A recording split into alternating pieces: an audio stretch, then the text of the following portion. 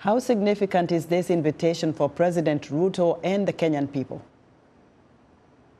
So the symbolic significance of this is enormous.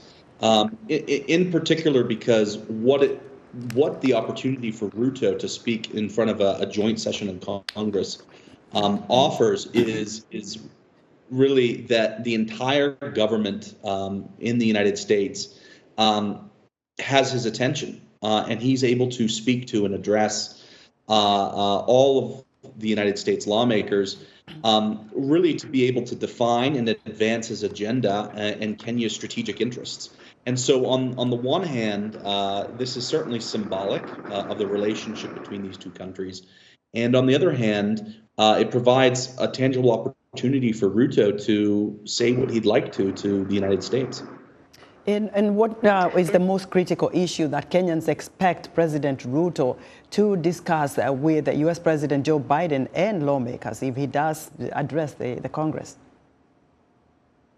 So Ruto really will want to be advancing his strategic economic interests and the need for Kenya to kind of grow its trade relationship with the United States.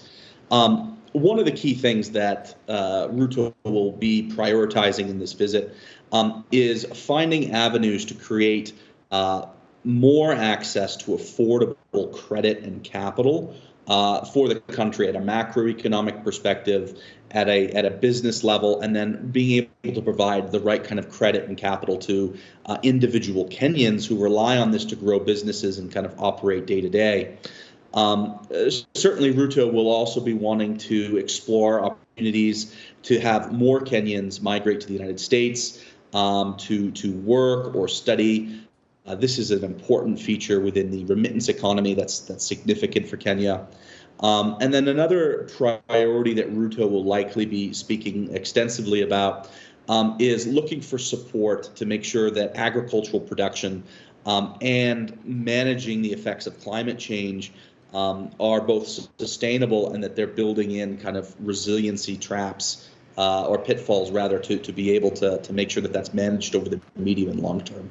Declan, quickly, do you think President Ruto might make some appeal for help as a result of the devastating floods that we saw happen in Kenya, killing thousands of people and wiping away homes?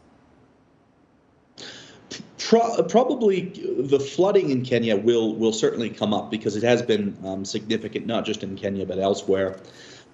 Really, what Ruto will be kind of doing is connecting kind of the recent environmental disasters that we've been seeing in Kenya to the broader need for more resiliency within the agricultural and kind of climate management settings because of the significance of agricultural production for both everyday Kenyans and then Kenya's macroeconomic outlook. And so the better that Kenya can manage these kinds of disasters preemptively, the better its economy will be kind of in the medium and long term.